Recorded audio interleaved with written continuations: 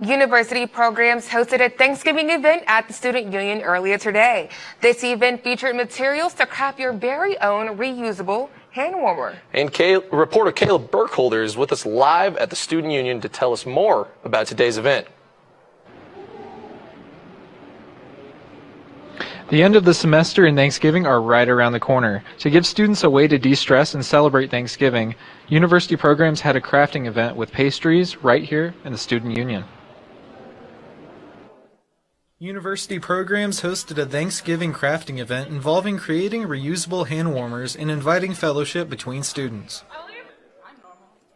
This event provided attendees with materials to make hand warmers and Thanksgiving desserts like pie, chocolate, and even Rice Krispie treats. University programs host many of these events for students throughout the year. They do it to bring students together through activities and camaraderie. So basically going into Thanksgiving break, I kind of wanted an easy, kind of chill event for people to grab a slice of pie, do a little hand warmer. As it gets like chillier weather and stuff like that, I thought it'd be just kind of a cool craft. We're making reusable hand warmers. You can put little drops of like essential oil so they smell good, or little pieces of like dried flowers and like leaves and stuff like that. So just a super easy way for students to learn a new skill and kind of relax and hang out before Thanksgiving break. During the holiday season, university programs will host many events just like this one to bring students closer together. So university programs, it's a really great way, I feel like, for students to get involved. It is all of like it uses student fee money for all the free programming for events on campus. It's a really great way. I'm an event management minor, and so I love putting on events. I love doing programming on campus and that sort of thing. So it's a really great way to get like hands-on experience in doing small-scale events, large-scale events. It just provides a lot of great experience to also get involved with like the campus community. I do a lot of partnership events with like RSOs and student organizations and stuff like that, and it's a great way to kind of build my like student network and stuff like that, which I really enjoy. Meet new people. This event is just one of many events that university programs schedules for students, and they're going to ramp it up for the holiday season. Zella says you can keep yourself up to date with their events the best through their Instagram. This event was one of hundreds that University Programs puts on every year. University Programs is a great way to meet other students on campus and participate in entertaining events. Reporting live for UATV, I'm Caleb Burkholder. Center of Community Engagement just had a wellness event for students struggling with the results of the presidential election. At this event, there were many resources available for students to use. Reporter Caleb Burkholder is here at the Student Union where the event took place.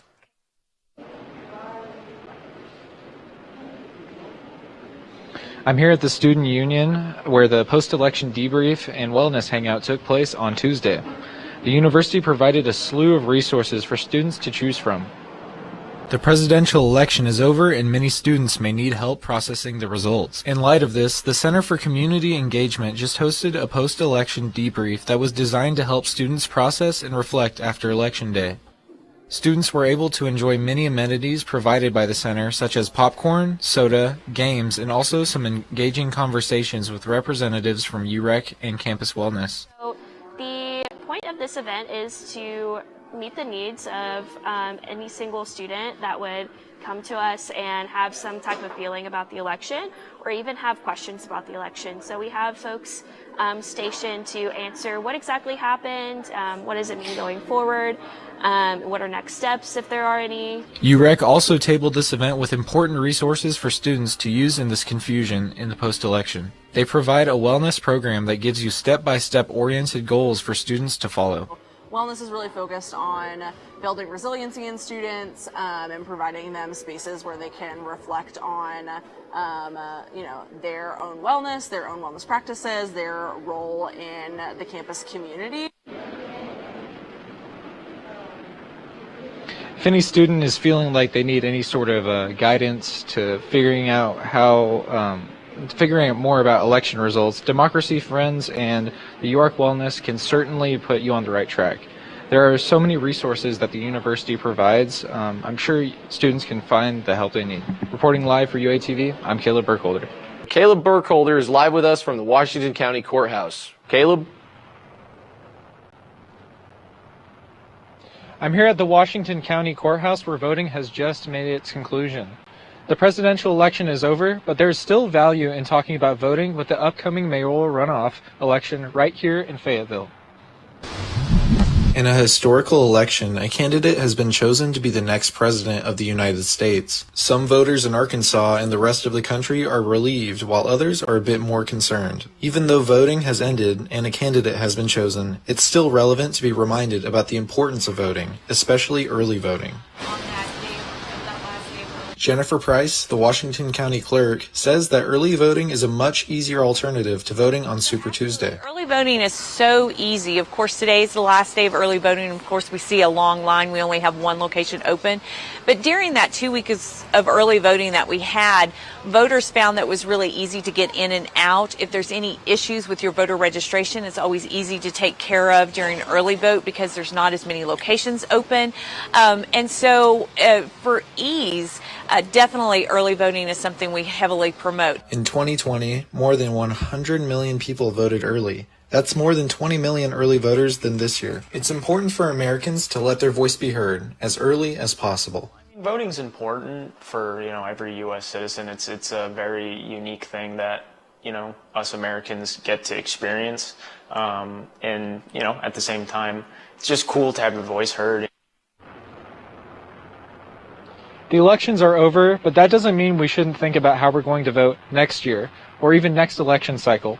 Your vote especially counts in the upcoming mayoral runoff election between Molly Ron and incumbent Lionel Jordan. Reporting live for UATV, I'm Caleb Burkholder.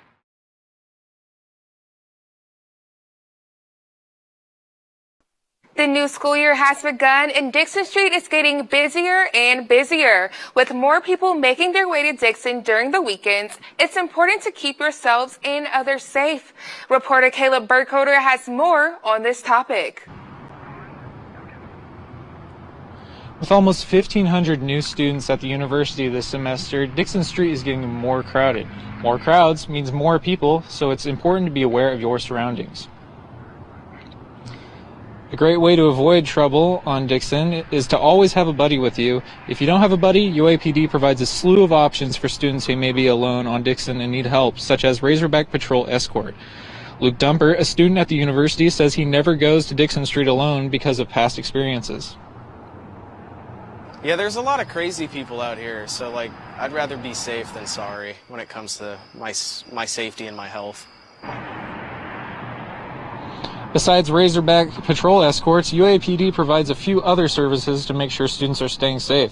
According to UAPD, there are over 90 e-phones directly connected to the UAPD's Connection Center if you find yourself in trouble. UAPD also suggests that students download the Safe Zone app, which guarantees a fast response time from police if one should need it. Reporting live for UATV, I'm Caleb Burkholder. Thanks, Caleb. For any more tips on how to stay safe on Dixon Street, you can visit uapd.uark.edu. Work is undeniable, so the School of Law is bringing more awareness to this type of service. Reporter Caleb Burkholder is live with more. Pro bono services are free legal services provided to those who would otherwise not have financial access to a lawyer. These services are important to ensure that everyone has access to legal representation regardless of financial status. Starting next week, lawyers and students of law will be celebrating National Pro Bono Week. This was started 15 years ago by the American Bar Association in order to bring attention to these cases that help those who are needing the help. Lindsay Mast, a student and Robert F. Fussell Pro Bono Fellow, makes it known why pro bono cases are vital to the practice of law.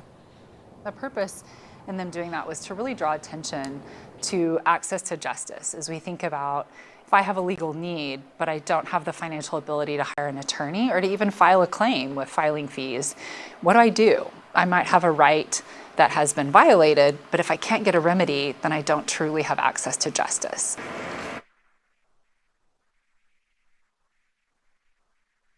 To spend 50 hours a year providing pro bono services to those who need it.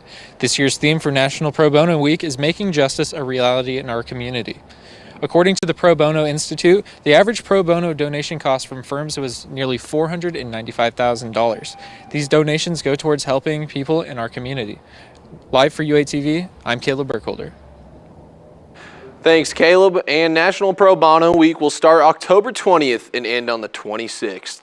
35 years, KUAF radio host Kyle Kellums has served the community by bringing various stories to the public. He's been able to do this through his show, Ozarks at Large. UATV reporter Caleb Burkholder has more to the story.